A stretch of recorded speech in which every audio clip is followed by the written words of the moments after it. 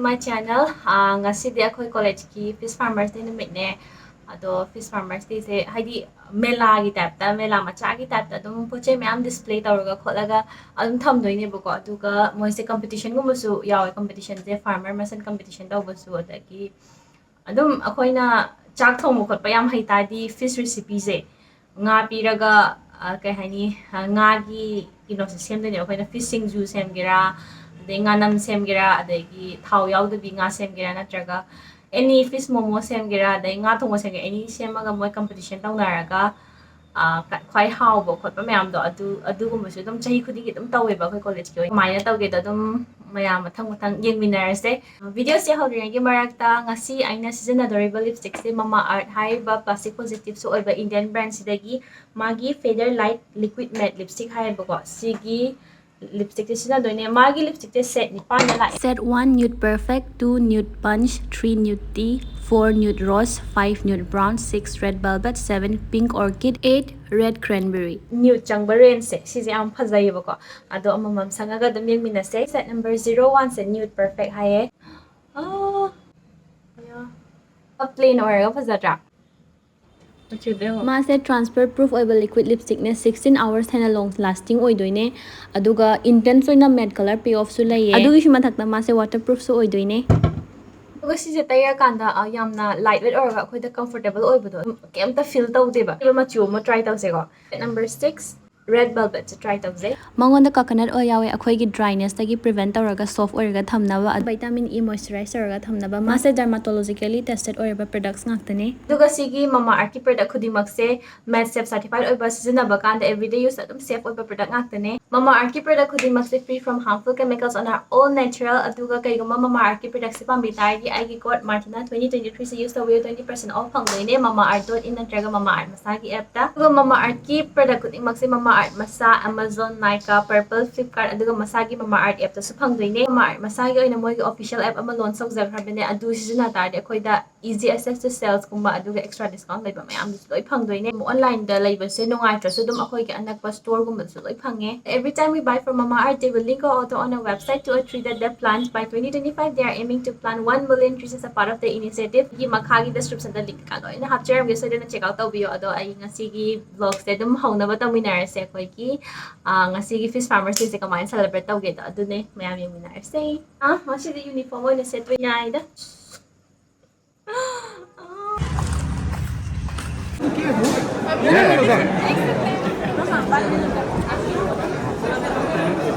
Pachama, jipeto, mo jipeto. Koni ang tangi tale. Prawn masal tangi bema. Kiss kilo में 250. Prawn kg में 700 to 1000. Oje din pista ka ba? Sikai no. Kena ne? Cookies. Aw ne, kadi thum man na. Tau dura ba se direct la. Ready me me, saya re.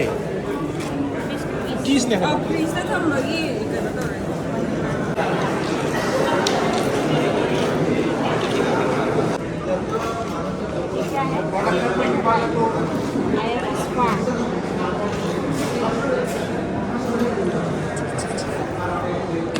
खा गया गप्पी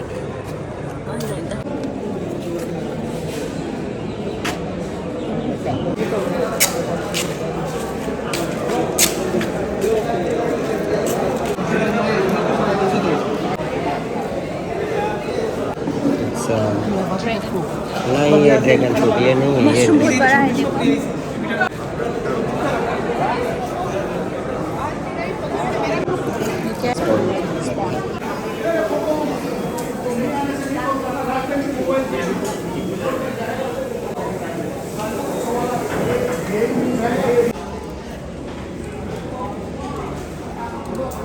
moi se net kumba yam thuna lon ba tana ba natraga segai ba do aduguma pholi ne moi se पायल क्या बना रही पता नहीं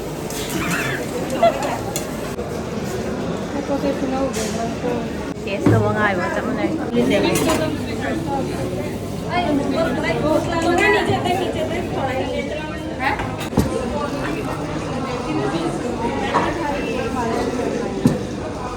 ꯇꯧꯕ test ꯇꯧꯅꯕ ꯂꯥꯛꯈꯤꯔꯣꯏꯗ꯭ꯔꯥ ꯅꯪ ꯃꯥ ꯌꯥꯎꯔꯗꯤ ꯃꯥꯅ ꯐꯥꯔꯁ ꯇꯥꯔꯗꯕꯅꯤ ꯁꯤꯒꯤ ꯔꯦꯁꯤꯄꯤ ꯊꯣꯡꯕꯁꯦ ꯌꯥꯎꯔꯝꯗꯕ ꯋꯥꯅꯤ ꯍꯣꯏ ꯄ꯭ꯔꯣꯟꯗꯤ ꯆꯥꯕ ꯉꯝꯗ꯭ꯔꯦ ꯄ꯭ꯔꯣꯟꯗꯤ ꯌꯥꯝ ꯇꯥꯡꯉꯦ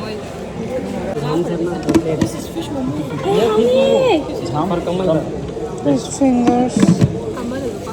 Momo 모모지디 kayno 50 rupees na? Mamanggi ham hawne jute hawne haramne kuire sada hawne because Tayo.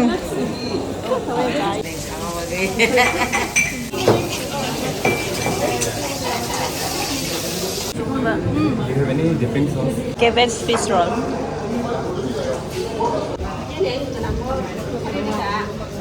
kariba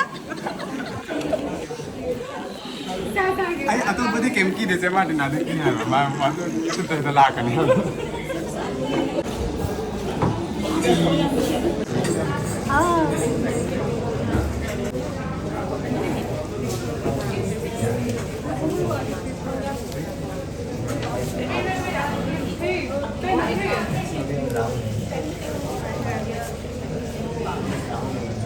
Khon gan sila ko.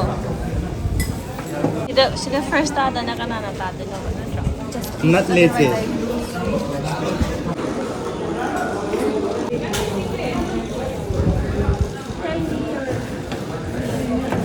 Fish chocolate? Kind of fish chocolate po. Fish chocolate ako lang. Never po.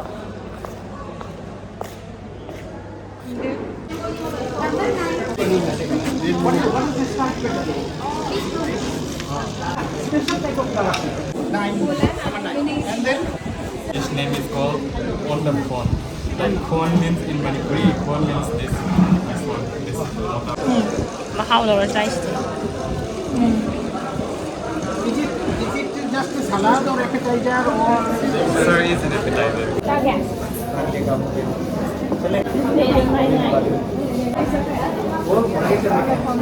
On the corn.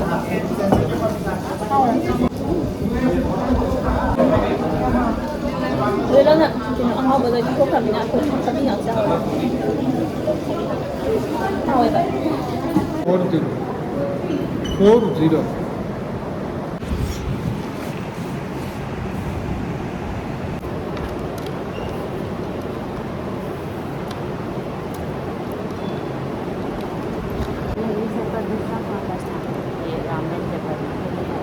Presentation to बनाया हाँ और ये तो और first वाला तुम है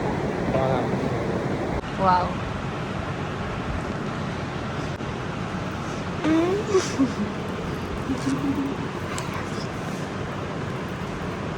This is mine. You already gave me twice. I can't take back. You can't take it back.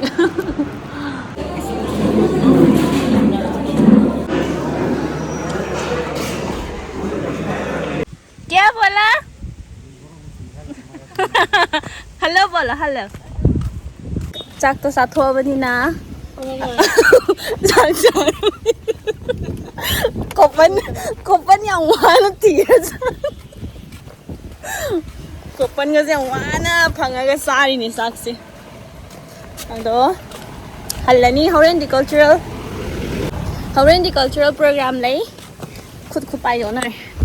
Horticultural program lay ba du yeng badi civil la dum la ni. To ibani je lemin na ha ba ni ngasi ka ta ba ni ba jo nai.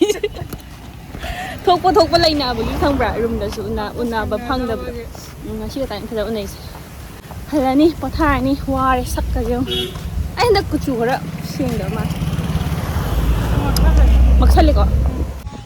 Hatin na ben phazare sak si.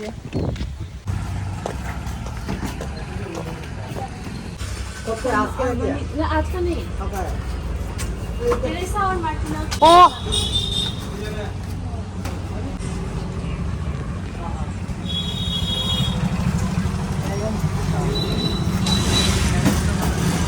नंगी सुने ला ला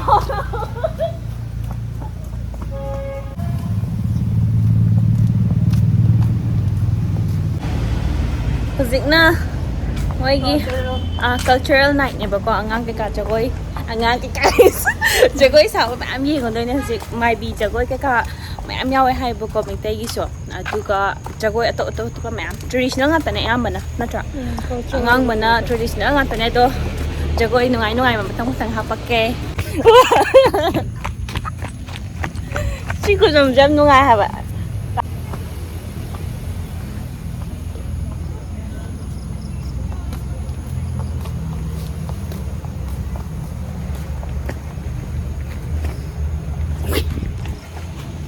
College of Fisheries. Zaye. Yam gana la sit phang hawaroi na gan ko phang sit ti hang le na na ta di ekta chill le ba ko adu gi nga ta lak thok adu ga pung hang hang Yaw yaw. da to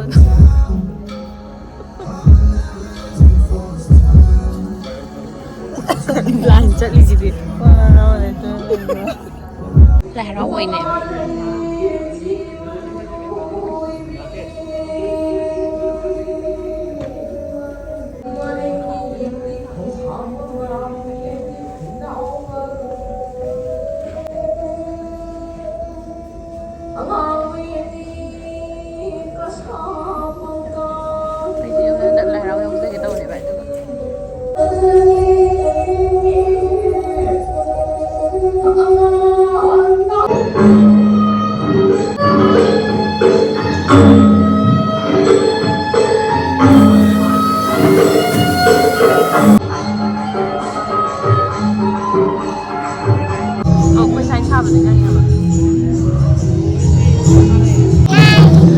Ngay bro.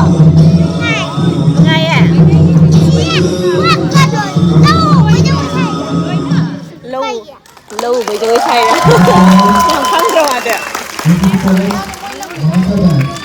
Ngay ấy. Lâu. Slow. Eh slow.